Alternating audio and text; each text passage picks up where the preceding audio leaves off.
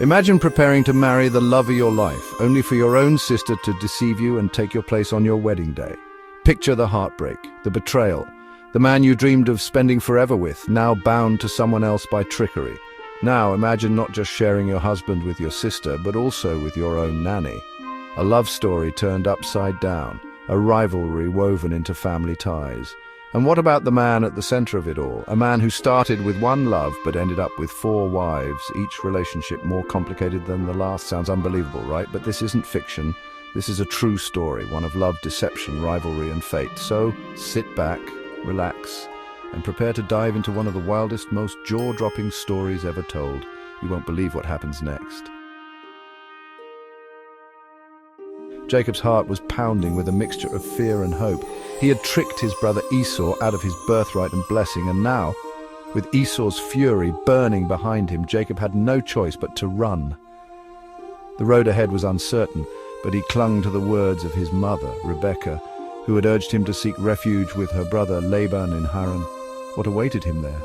Would he find safety, a new beginning, or yet another web of deception?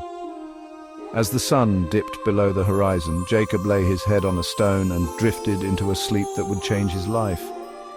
In his dream, a ladder reached to the heavens, with angels ascending and descending upon it.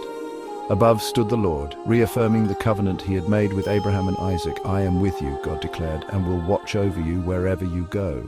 Awakening in awe, Jacob named the place Bethel, the house of God, and vowed that if the Lord would protect and provide for him, he would serve him faithfully.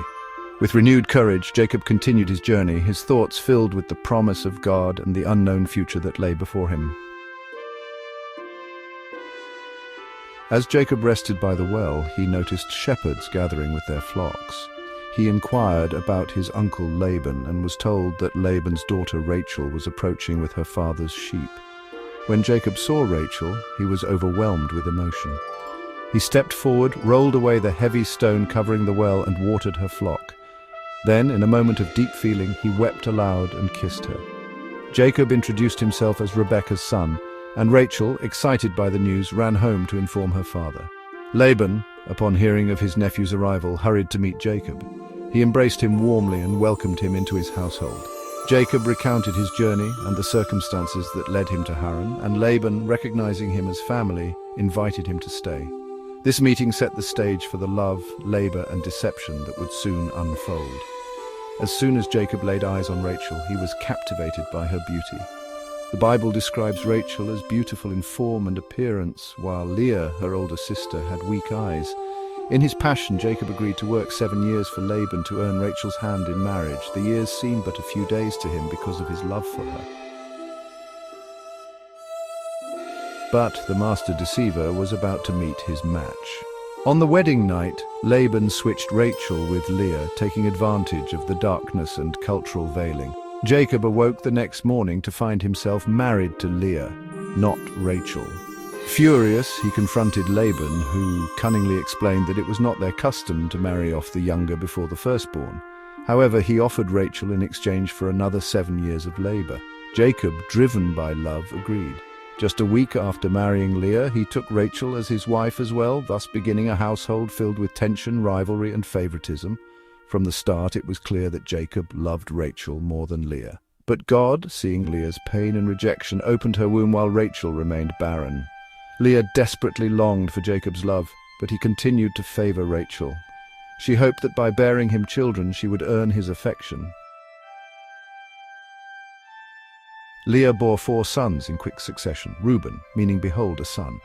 Leah named him so, hoping that Jacob would finally love her now that she had given him a son. Simeon, meaning God has heard. She believed God had heard her cries of rejection and blessed her with another son. Levi, meaning attached. Leah still longed for Jacob's love, thinking that now, after 3 sons, he would become attached to her. Judah, meaning praise.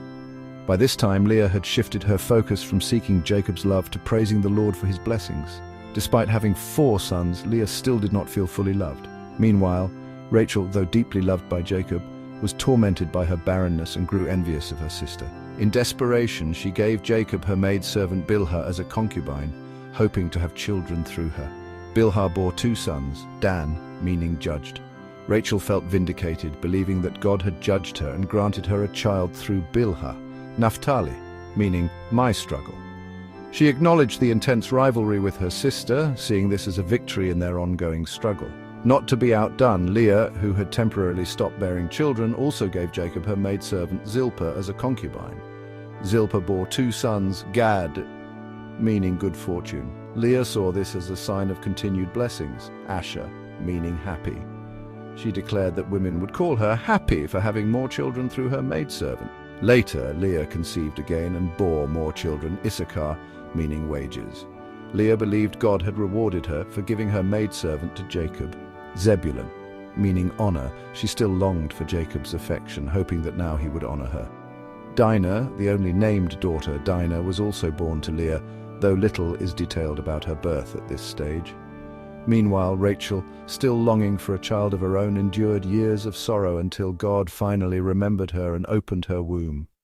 She bore Joseph, whose name meant, "May the Lord add to me another son," signifying her desire for even more children. The story of Rachel, Leah, and Jacob teaches us several important lessons. You can't force someone to love you by tricking them into having children. Both Rachel and Leah struggled with feeling unloved because of the way things were arranged. Even though the situation was unfair, God cared for both women. This shows that divine care doesn't depend on our mistakes. Jealousy can hurt relationships and cause a lot of pain. The rivalry between Rachel and Leah is a clear example of how envy can disrupt family life. Jacob's life became very complicated. He was meant to have 1 wife but ended up with 4. This reminds us that dishonesty and manipulation often lead to more problems. Overall, the story shows that real love can't be created by tricks or by forcing things to happen, and that jealousy only makes matters worse.